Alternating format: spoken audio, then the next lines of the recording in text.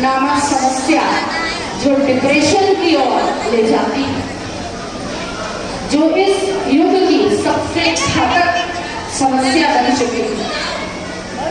इस पर हम अपनी एक छोटी सी प्रस्तुति लेने आ रहे हैं। अकेलापन एक विश्वव्यापी महारोग बन गया। मैं कुछ शब्दों में आपको इस समस्या की गहराई बताना चाहती हूँ। क्या आप लोग सब मुझे सुनना चाहते हैं? पीछे पीछे आंटी, क्या चाहे लाख वजह हो, अकेले होने की एक वजह ही काफी है। लाख सताए जिंदगी किसी को, लाख सताए जिंदगी किसी को, जीने की कोई ना कोई वजह ही होती है। केवल ये लाइन बहुत गौर से सुनिएगा है, यहाँ तो हर शख्स ही अकेला सफर करता है। यहाँ तो हर शख्स ही अकेला सफर करता है। अकेलापन तो तब लगता है, अकेलापन तो तब लगता है जब कोई अपना हो, जब कोई अपना हो पर अपनापन दिखाई न दे, जब कोई अपना हो पर अपनापन दिखाई न दे।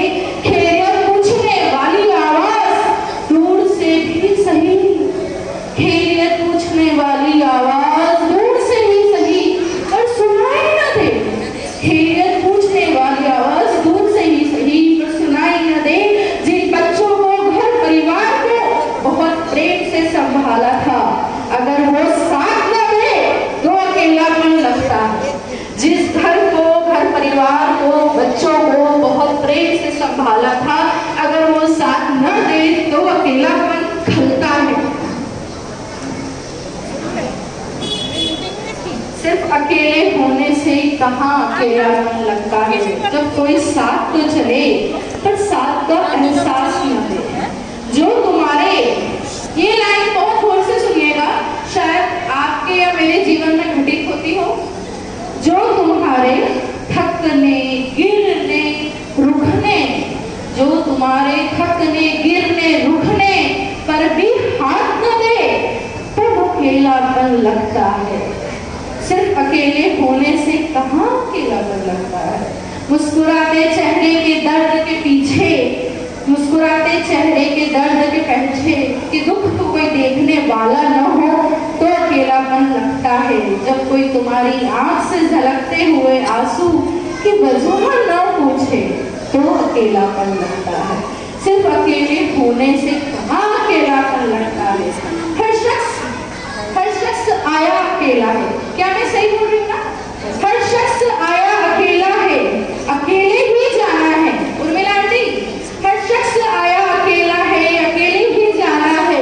फिर भी न जाने क्यों अकेलेपन से डर लगता है, फिर भी न जाने क्यों अकेलेपन से डर लगता है।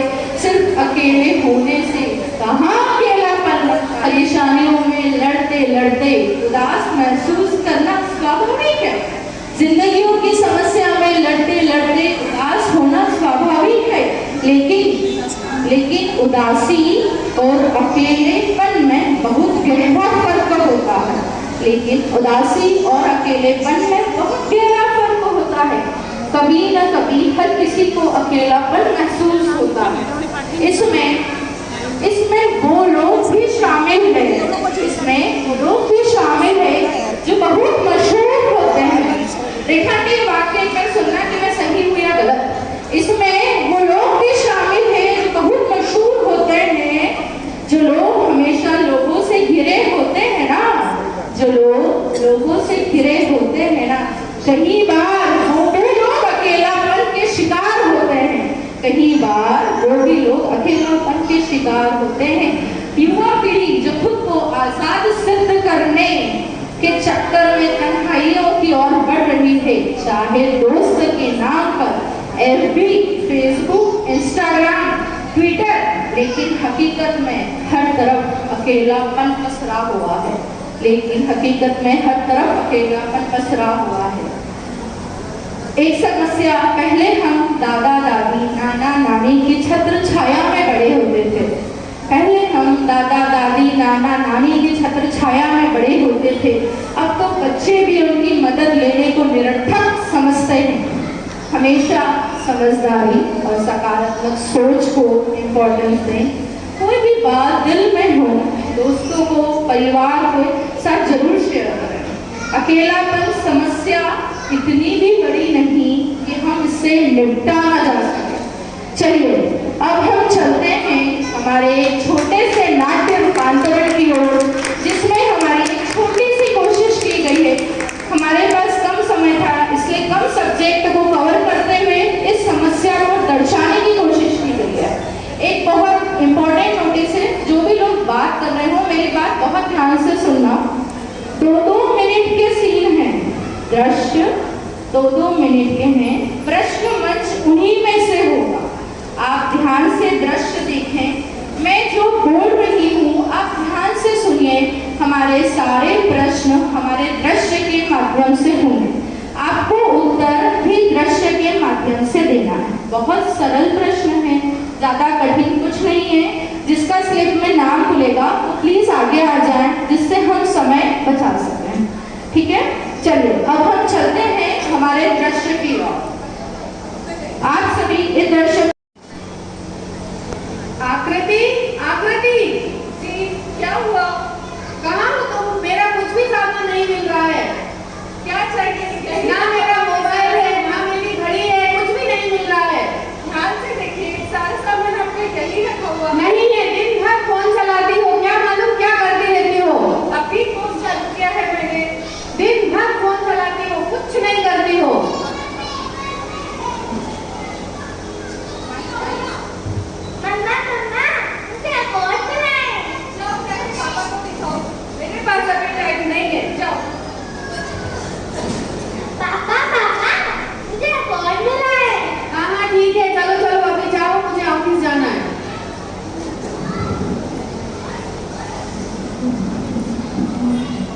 देख रहे हैं ना आप लोग सभी, बच्ची क्या सोच रही है। मन ही मन सोचती है मेरे पापा मम्मी क्यों झगड़ा कर रहे हैं, आज मुझे अवार्ड मिला, वे दोनों देख भी नहीं रहे हैं, मैं किसको जाकर बताऊं कि मुझे अवार्ड मिला है। उसी समय उस अकेलापन नामक दीमक जैसी बीमारी ने उस दीमक जैसी बीमारी की शुरुआत हो जाती है। इन्हीं सब बातों को हर परिवार में ध्यान में रखते हुए बच्चों के सामने लड़ाई झगड़ा गाली गलौज जैसी अभद्रता न करें, क्योंकि बच्चों का मन तो कच्ची मिट्टी की तरह होता है, जैसा उनको ढालो वैसा ढल जाएंगे। चलिए इस दृश्य के प्रश्न मंच की ओर बढ़ते हैं और मैं सुनीता पाटली आंटी को आमंत्रित करती हूँ और प्रश्न मंच पूछिए। पहले ही यहाँ पर मैं 2 चीज निकालूंगी, आप आगे आ जाए, फिर क्वेश्चन पूछते हैं।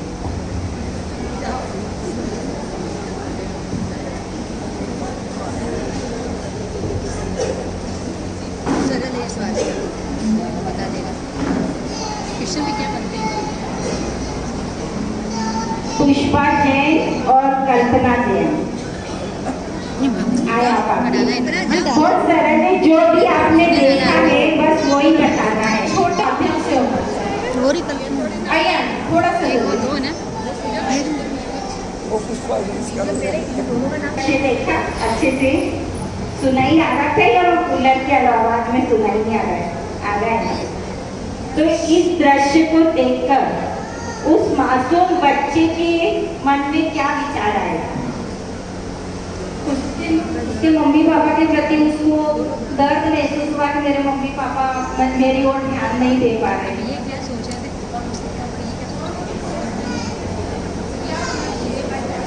होना ये चाहिए था कि बच्चा अगर लेके आया है तो उसके प्रति उनको मतलब खुशी जताना चाहिए थी और उसको ये करना चाहिए था। बहुत अवार्ड लेके आया था तो माँ बाप को खुशी जाहिर करनी थी, बल्कि उसे ऐसे नकार दिया गया। तो यहीं से अकेलापन नामक दीमक जैसी बीमारी की बच्चों में शुरुआत हो जाती है। आपका उत्तर बिल्कुल सही है। बहुत बढ़िया, एक बार जोरदार ताली आपके लिए। आपके लिए प्रश्न है कि क्या यह एकल परिवार का नुकसान है या फायदा है? ये क्योंकि सिर्फ मम्मी पापा रहते हैं, बच्चे रहते क्या यह एकल परिवार का नुकसान है या फायदा है? इसमें बोलिए आप। नुकसान है। हाँ, कैसे नुकसान है? हाँ बच्चे आगे नहीं बढ़ पाते और मम्मी पापा हाँ, और अगर यही अपने हाँ अकेलापन महसूस करते हैं, और अगर जॉइंट फैमिली होती तो दादा दादी के पास जाकर वो अपनी मन की बात शेयर कर लेता कि देखो मुझे मिला, वहां से उसे प्रोत्साहन मिलता तो बच्चे को अकेलापन महसूस नहीं होता। बहुत बहुत बधाई आपको।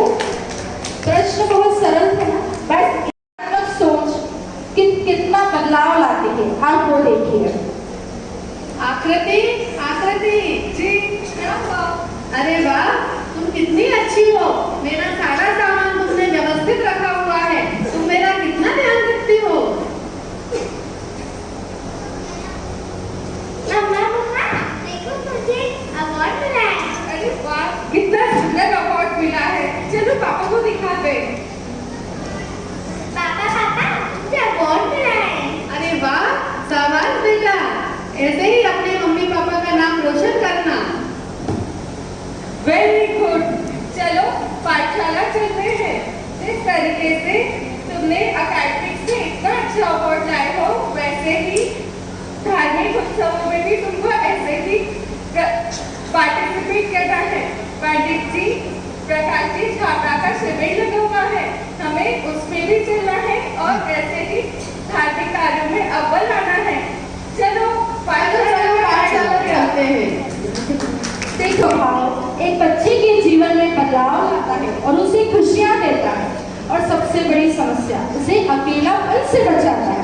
चलिए इसके प्रश्न मंच की ओर चलते हैं। अब दो चीज मैं यहाँ पर खोल रही हूँ। माँ के प्रेम से बच्चे के दिल पर क्या प्रभाव पड़ा? माँ के प्रेम से बच्चे को प्रोत्साहन मिला और उसे बहुत खुशी हुई कि मैंने कुछ किया है और अब मैं और आगे बढ़ सकता हूँ, और पाठशाला जाने के लिए मैंने प्रोत्साहित किया और वो खुशी खुशी तैयार हो। बहुत बढ़िया। धर्म के लिए विचार आए और माँ के ऊपर विश्वास जम गया कि मेरी बात माँ और पापा जरूर सुनेंगे, तो बच्चे का विश्वास बढ़ा। पापा मम्मी को हर चीज से खुशी मिली। बिल्कुल। आइए भाभी, आप आइए, प्राइज दीजिए।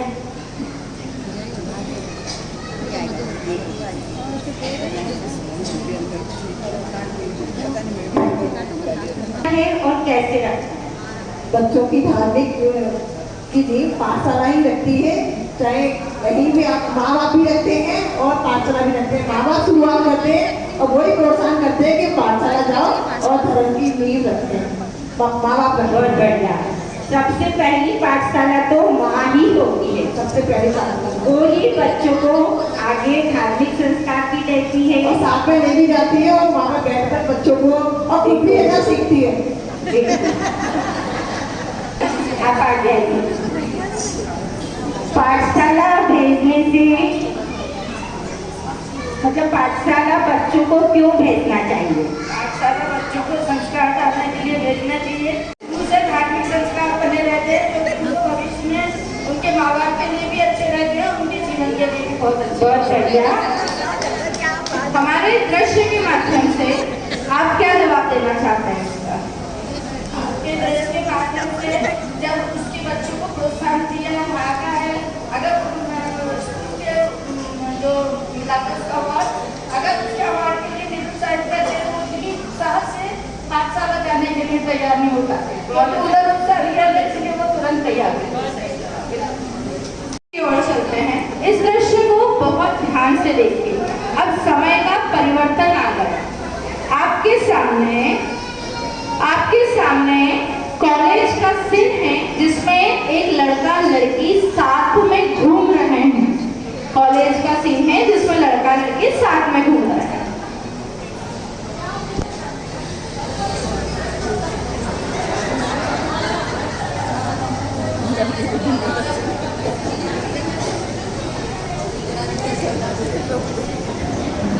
मम्मा आप लोग थोड़ा सा शांति रखें तो आपको आवाज क्लियर। हाँ माँ,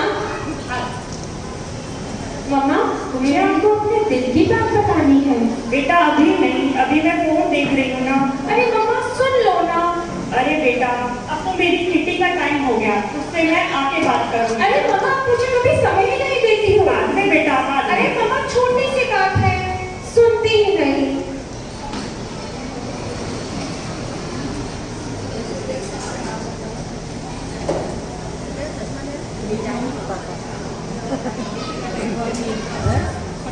पापा मुझे आपसे कुछ बात करनी है। बोलो बेटा।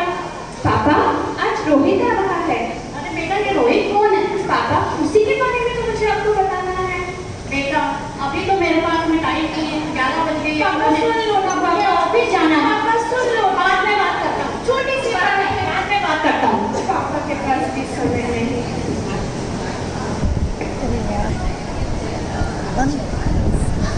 आपके साथ बेटा मैं आ गई। अरे माँ अरे तुझे पता है आज किटी में तो मजा ही आ गया। तब बोला मैं तुझे 10 रुपए जीते मैंने। जेब में चलो सेकंड प्राइज मिला, पर तंबोला के पैसे वसूल हो गए मेरे। ये तो बहुत अच्छा हुआ। और तुझे पता है उसका खाना तो इतना बेकार था कि क्या बताऊं। सालों से किटी देखी है, अभी तक खाना बनाना नहीं सीखी वो। अच्छा माँ अब तो मेरी बात सुन लो ना। बेटा अब खाना बनाने का टाइम हो गया, मैं उससे बाद में बात अरे मैं करूंगी। छोटी सी बात है। बाद में बेटा, बाद में। हाँ, सुन तो लो। देखा आप सभी ने, मुस्कान नामक लड़की उस रोहित नाम के लड़के के साथ मोबाइल पर रोजमर्रा जिंदगी की बातें, अपना सुख दुख, अपने दिनचर्या, अपने दिल की बात, जो बात माँ बाप से नहीं सुनी अथवा जो समय माँ बाप ने नहीं दिया, वो समय उसने उस रोहित नाम के लड़के के साथ व्यतीत किया और अपना अकेलापन उससे शेयर किया। और उससे नजदीकियां बढ़ती चली गई और वो लड़की एक गलत राह पर चली गई। चलिए इस दृश्य के प्रश्न मंच की ओर चलते हैं। ये अब पछताए क्या हो जब चिड़िया चुग गए थे। इस वाक्य का इस दृश्य से क्या तात्पर्य था?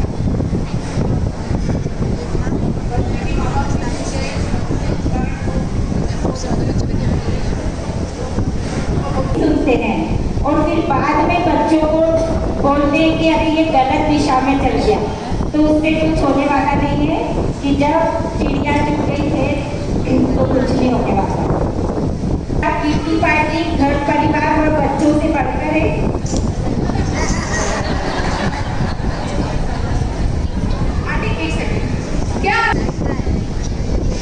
बहुत सुंदर नाटिका। पहले तो आप लोगों को बहुत बहुत धन्यवाद और बहुत बहुत बधाई कि आपने ज्वलंत समस्याओं को उठाया है।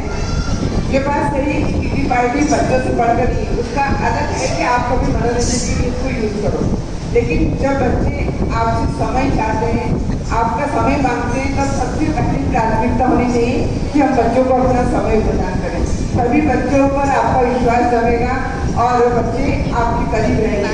ये तो बच्चे क्या होते हैं, फिर अपनी जो भी मन की दुविधा होती है उसको भी सामने प्रकट करते हैं और फिर वो लड़के या जो भी हों वो उसका नाजायज फायदा उठाते हैं और वो लड़कियां जब हमारे घर से चली जाती है और फिर हम माँ बाप रोते रहते हैं कि अब हम क्या करें, बेटी चली गई, और वो बेटी भी वहाँ जाके बड़ी गर्भ में पड़ जाती है। इसलिए समय लेते हुए हमें अपने बच्चों पर ध्यान देना चाहिए। किटी पार्टी आज के परिवेश में मोबाइल कितना घातक साबित हो सकता है, इस दृश्य के माध्यम से स्पष्ट करें। मोबाइल कितना घातक हो सकता है, इस दृश्य में जो दिखाया है उससे आप स्पष्ट करें। होता है उसके फायदे नुकसान दोनों है, पर आज के परिवेश में हम लोगों ने इसका मिसयूज ज़्यादा करा है। बच्चे साल भर के 6 महीने के बच्चों को भी जब उसकी माँ खिलाती है तो मोबाइल दिखाई देता है, जो कि बहुत ज़्यादा गलत है।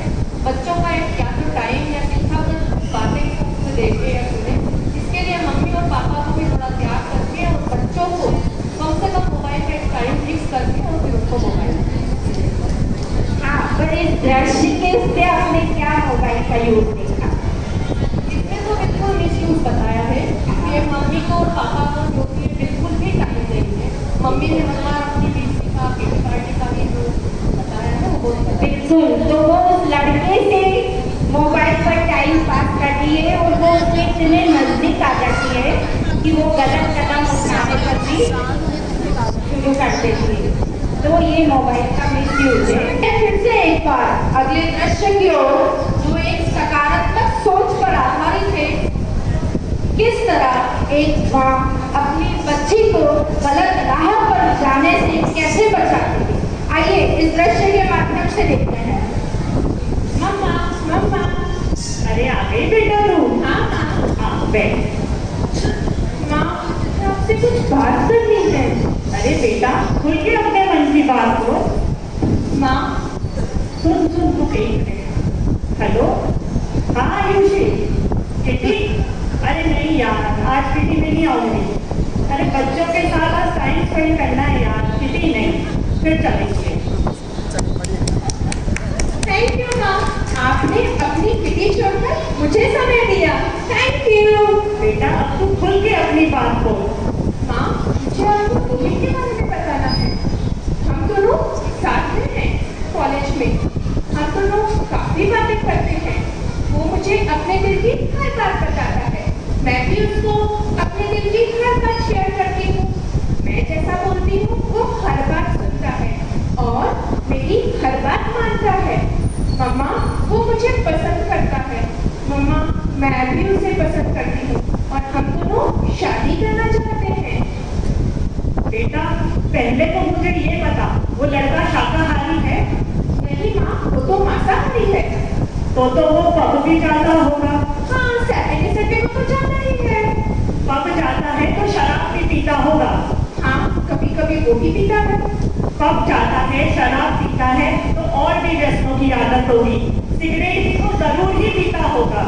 हाँ, पी लेता है। अब मुझे ये बता बेटा, तू शाकाहारी है, तू मांसाहार क्या बना पाएगी? बना पाएगी तो तू क्या उसे खा पाएगी? जिस लड़की ने कभी चीटी नहीं मारी, क्या तू मांसाहार बना पाएगी? तू बेटा कैसे अपने संस्कार भूल गई? पर माँ, वो तो मेरी हर बात मानता है ना।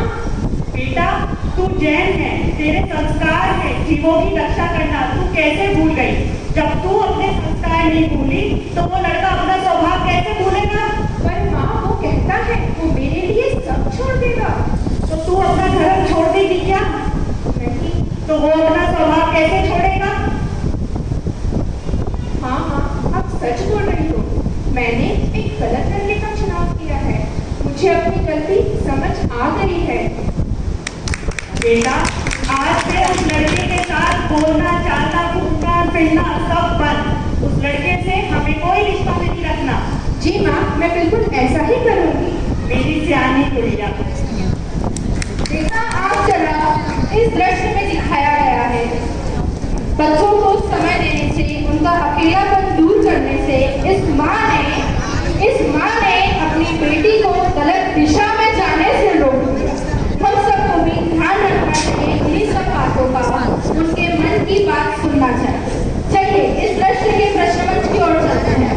ये आपका एकदम बेहतरीन दृश्य था कि यदि आपका बच्चा गलत उसमें जाता है तो माँ बाप का पहला फर्ज होता है कि उसे उसकी गलती का एहसास कराया जाए। जिस तरह माँ ने एक के बाद एक उसकी बुराइयों को बताया और ये भी बताया कि जब वो इंसान अपना स्वभाव नहीं छोड़ेगा तो तुम अपना धर्म कैसे छोड़ोगे, और उसे सही राह पे लेके आया। ये चीज मुझे बहुत अच्छी लगती है। अगर ऐसा हो जाए, आगे बढ़ते हैं। आप सभी इस दृश्य को बहुत अच्छे से देखिएगा।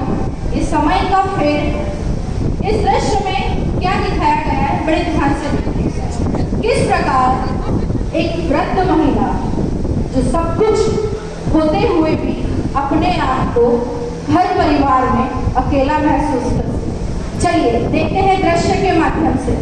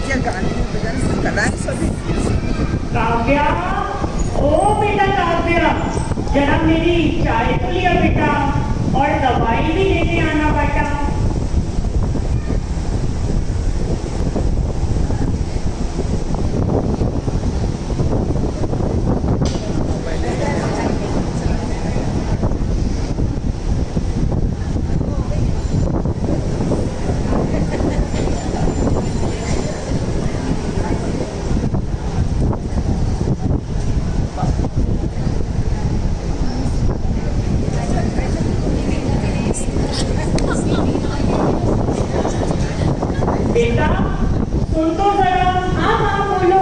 बेटा मेरी दवाई खत्म हो गई है, ऑफिस से आते वक्त ले तो आना। अरे माँ ध्यान रहा तो ले आऊंगा, मुझे समय नहीं है।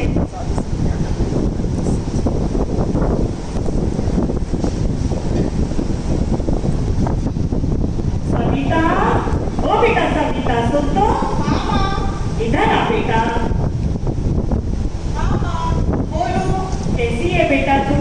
जल्दी बोलो माँ, मुझे लेट हो रहा है, मुझे ऑफिस जाना है। अरे बेटा कल को तेरी शादी हो जाएगी, फिर कहाँ तुझे मेरा समय मिलेगा। आज आप अपनी माँ से 2 मिनट बात कर ले। हाँ माँ, मैं अभी लेट हो रही हूँ, मुझे जाने दो।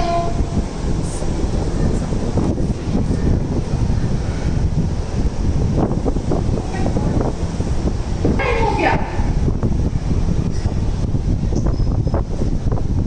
मम्मी जी, हाँ बेटा। आपने काव्या का दूध नहीं बनाया, मीठा का मिल्कशेक भी नहीं बनाया। काव्या की ट्यूशन जाने का टाइम हो गया मम्मी जी। मेरी ऑफिस से मीटिंग चल रही थी, इसीलिए तो मैंने आपको बोला था। अरे बेटा मैं थक गई, भूल गई। क्या मम्मी जी, आपसे इतना सा भी काम नहीं हो गया? अरे बेटा रह गया बेटा। के साथ थोड़ा समय ही बिता ले। दादी मैं भी मोबाइल में गेम खेलती हूँ। अरे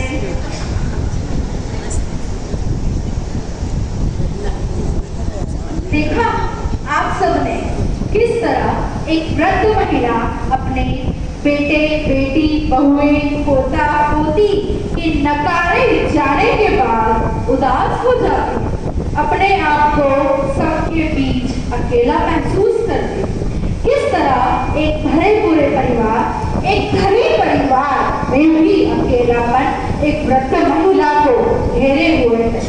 चलिए आगे बढ़ते हैं। जब शाम को बेटा घर आता है,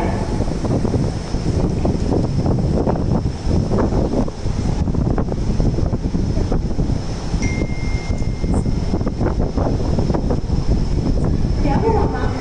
तुम उदास क्यों हो?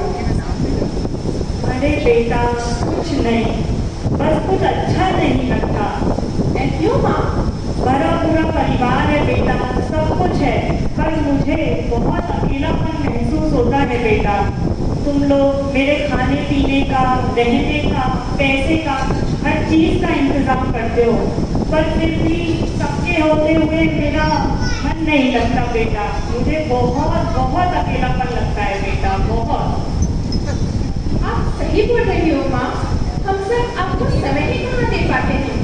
हम सब अपने अपने कामों में व्यस्त हैं, आपके लिए हमारे पास कोई समय ही नहीं है।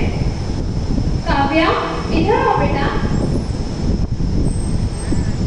पापा बेटा, रोज तुम स्कूल से आने के बाद थोड़ा समय दादी के साथ बिताया करो, उनसे कहानियां सुना करो, थोड़े गेम्स भी खेला करो उनके साथ, और धर्म की अच्छी अच्छी बातें सीखो उनसे बेटा। हाँ पापा। तो आज से हर दिन शाम को तुम्हारा स्कूल के बाद का समय दादी के लिए, ठीक है? ठीक है पापा। सविता, सविता। हाँ भैया, क्या हुआ? सविता, दिन में तो तुम ऑफिस में बिजी रहती हो, पर शाम को तो तुम माँ के साथ समय बिता सकती हो ना? ओहो भैया, बिता भी तो हो समय, मुझे भी ऑफिस जाना होता है, मुझे भी टेंशन भी जाना होता है। वो ठीक है सविता, पर थोड़ा समय तुम माँ को भी दो, उन्हें अच्छा लगेगा, उनसे बातें करो, उनके साथ समय बिताओ। ठीक है भैया, अब से मैं समय निकाल के माँ के साथ बिताऊंगी। ठीक है सविता। आकृति, आकृति जी, क्या हुआ? आकृति, तुम्हारा दिन का समय तो चौके में और ऑफिस में चलता है, पर शाम को तो तुम माँ के साथ थोड़ी बातें किया करो, थोड़ा माँ के साथ घूम फिर आया करो। और हमारे नेमी नगर जैन कॉलोनी में शाम के समय महिलाओं का बहुत अच्छा स्वाध्याय होता है।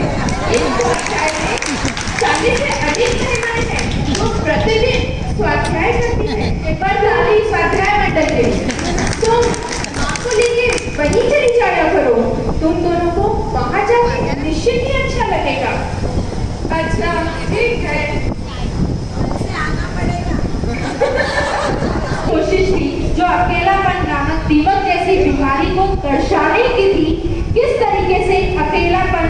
बच्चे, एक कॉलेज के युवक, एक वृद्ध महिला को डिप्रेशन की ओर ले जाता है।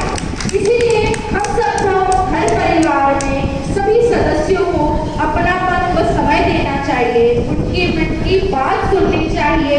सभी बड़ों को अपना बेटा बेटी, पोता पोती, बहुएं और धर्म